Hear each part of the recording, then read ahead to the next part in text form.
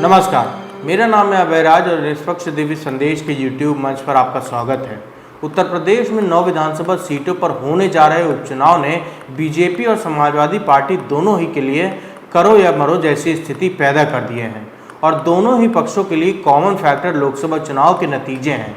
Samajwadi party का UP में सबसे ज़्यादा सीटें जीत लेना और बीजेपी का नए दौर में सबसे कम सीटों पर सिमट जाना और उसमें भी अयोध्या का नतीजा समाजवादी पार्टी के पक्ष में चले जाना, ऐसी सारी बातों ने यूपी के राजनीतिक अखाड़े को कुछ देर के लिए महाराष्ट्र और झारखंड से भी बड़ा बना देता है।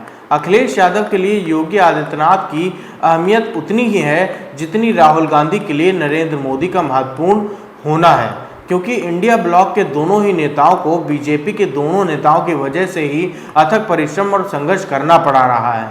ये तो योगी आदित्यनाथ का ही असर है कि अखिलेश यादव सत्ता से चूक के जा रहे हैं और बिल्कुल वही कहानी दिल्ली में भी समानांतर चल रही है। जैसे राहुल गांधी जब तक प्रधानमंत्री नरेंद्र मोदी को पनौती तक कह डालते हैं, अखिलेश यादव भी योगी आदित्यनाथ को माफिया और दूर जैसे न जाने क्या क्या बोल चुके हैं। लेकिन उपचुनावों के बीच अखिलेश यादव ने योगी आदित्यनाथ के बारे में जो दावा किया वो आम आदमी पार्टी के नेता अरविंद केजरीवाल की कॉपी जैसा है। योगी आदित्यनाथ के बहाने प्रधानमंत्री नरेंद्र मोदी को टारगेट करने का अरविंद केजरीवाल को तो कोई फायदा नहीं मिल पाया।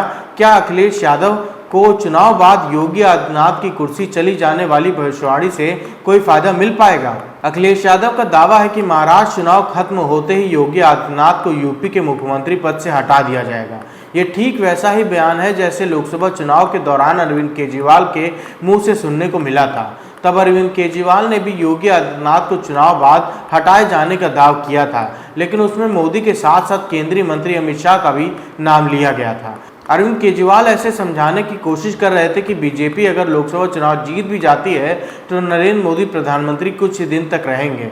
अरविंद केजरीवाल का दलील था कि मोदी के 75 साल के होते ही अमित शाह प्रधानमंत्री बन जाएंगे और ऐसा होते ही योगी आदित्यनाथ को तत्काल प्रभाव से यूपी के मुख्यमंत्री की कुर्सी से हटा दिया जाएगा। अखिलेश यादव ने इतने सारे कंडीशन तो नहीं सुझाए हैं, लेकिन उनका इशारा योगी आदित्यनाथ और बीजेपी नेतृत्व के साथ चल रहे टकराव की तरफ ही है और चूंकि सामने महाराष्ट्र चुनाव है इसलिए उसके नतीजे आने तक अपनी तरफ से डेडलाइन तक कर दी है। अखिलेश यादव ने कोई मजबूत दांव खेला हो ऐसा नहीं लगता, बल्कि बड़ी ही कमजोर चाल चली है। अरविंद केजरीवाल को भी कोई फायदा नहीं मिला था।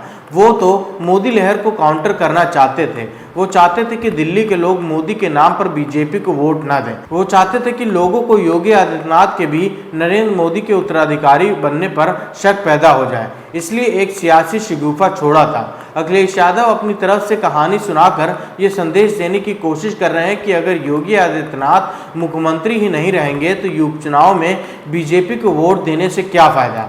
असल में कोशिश तो दोनों पक्षों की सभी 9 सीटें जीतने की होगी, लेकिन ऐसी आदर्श परिस्थितियां किसी के पक्ष में तो होने से रहीं।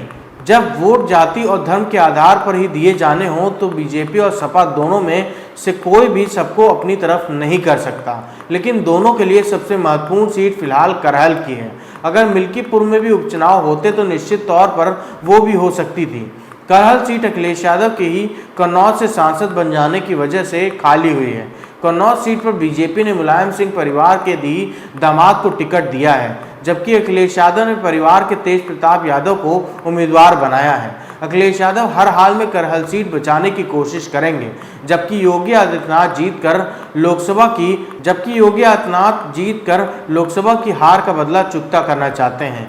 करहल विधानसभा सीट मैनपुरी लोकसभा सीट के तहत आती है, जिसका प्रतिनिधित्व फिलहाल अखिलेश यादव की पत्नी डिंपल यादव कर रही हैं। योगी आदित्यनाथ के बढ़ते प्रभाव को रोकने भी अखिलेश यादव की कोशिश होगी। जब से योगी आदित्यनाथ ने बटेंगे तो कटेंगे का नारा दिया है, हर तरफ उनका आभा मंडल और भी फैलता जा रहा है। योगी आदित्यनाथ के एजेंडे को संघ प्रमुख मोहन भागवत ने एंडोर्स कर रही है। प्रधानमंत्री नरेंद्र मोदी भी उसी बात को अपने लहजे में दोहराए जा रहे हैं, एक रहें सेफ रहें। सवाल है कि क्या योगी आदित्यनाथ यूपी की कास्ट पॉलिटिक्स में रोड़ा बनने लगे हैं और इसीलिए अखिलेश यादव उनको काउंटर करने की नई तरकीब अपनाकर रोकने की कोशिश कर रहे हैं।